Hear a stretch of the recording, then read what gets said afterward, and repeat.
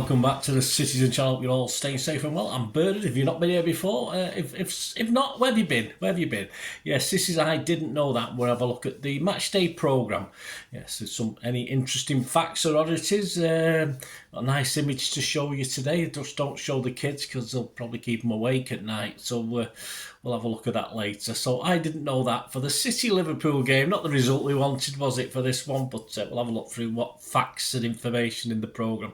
25th of November 2023. It was match day 13, of course. So we're going to check that out. Please, if you are new to the channel, push that subscribe button, push the bell notifications, everything film and TV. Whether you're new or old, spread the word, guys. Yeah, put me out, get me out there. Where the subscribers are growing slowly and steadily. So if you get any help you can get and put other people in my direction, I'll be very appreciated. And of course, any comments you've got on the programme or anything to do with City, just let me know and I will reply where it needs a response. If it just needs a thumbs up, like I hope you give this vlog, give us a like, guys.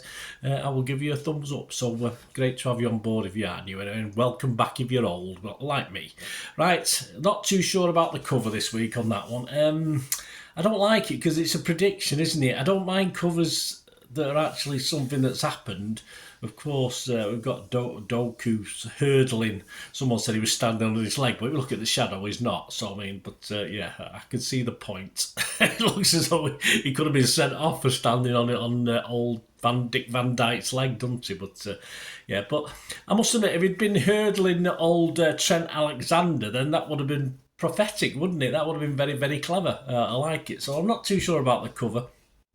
And as such, yes, usually City's covers this season, I do a weekly top 10 of the programme covers for the Premier League, and City have been sat top most weeks. But they sit second this week. I thought, I'm going to give it Brentford. I like Brentford's cover this week, so I've put City into second spot. There'll be an image up there on the screen.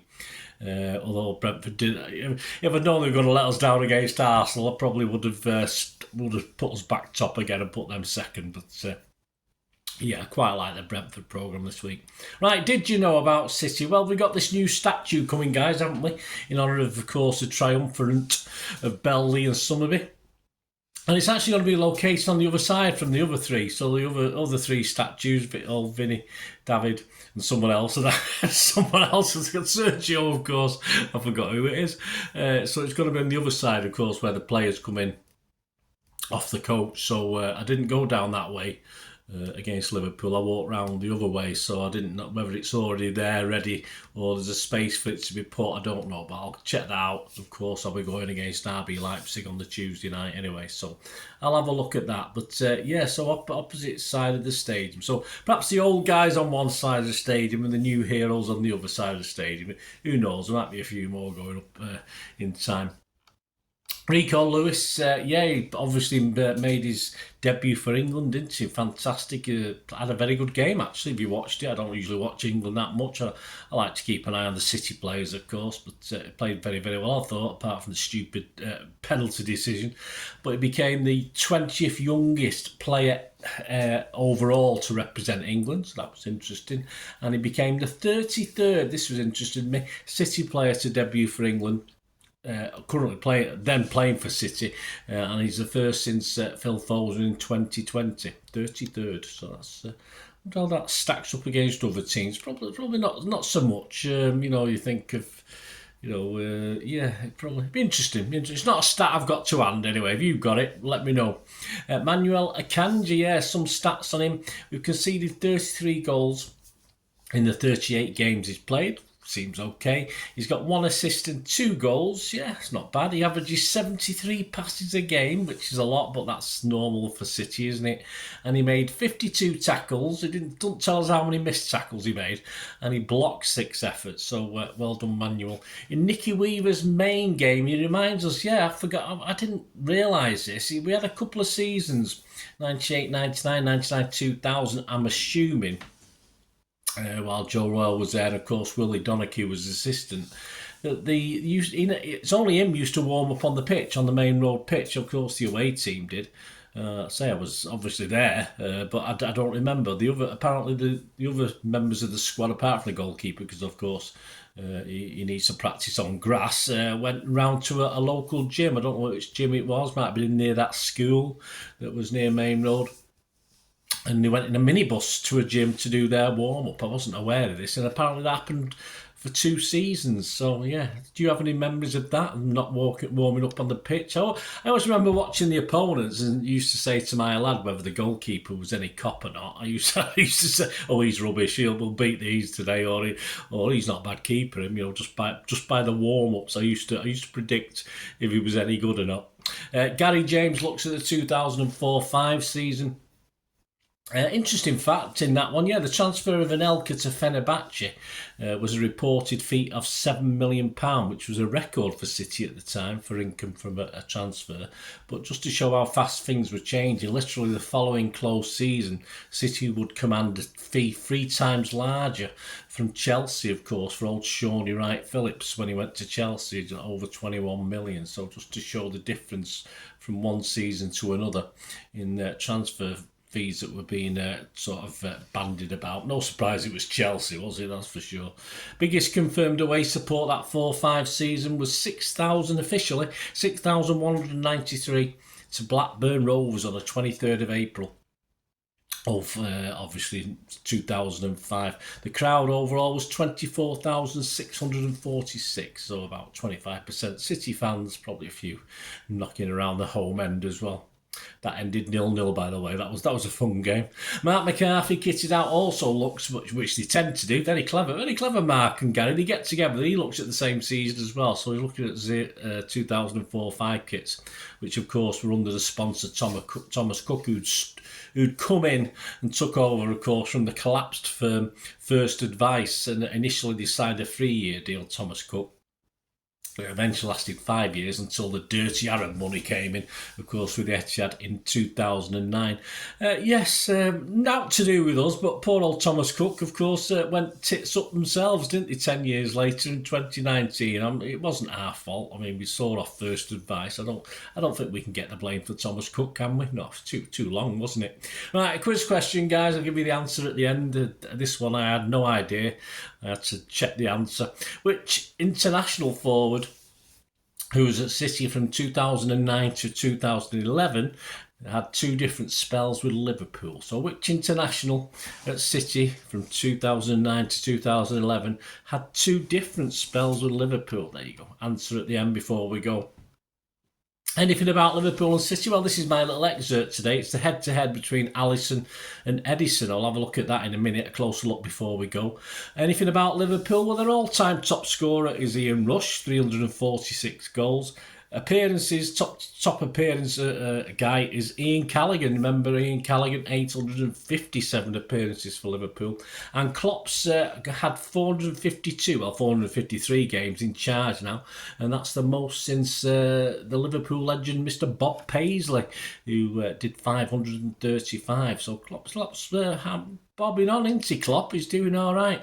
Image of the day, as I said, a little bit of fun with this one. I mean, they're quite an ugly squad. I mean, I looked at the pictures, but there's not a lot of information in the programme on Liverpool. City don't give too much on the away team, but I did look through the team and some ugly people. But, it might be religious, and my apologies if it is, but Mo Salah, I mean, flipping it, that haircut. As I say, I immediately thought Ken Dodd, so I put a little bit of fun and put a little thing on there for you. I just thought they separated at birth, and I just immediately thought Notty Ash and Ken Dodd when I saw him. But it might be a religious thing, I don't know. But with all the money he's got, I mean, surely you can get a barber in to cut his hair. I'm not too sure. I mean, I'm all right, I'm jealous. Yes, I am jealous because I've got none. But I'll tell you what, if I had some, I'd look after it better than he obviously does. But it did make me laugh. It did make me smile, that picture, I must admit.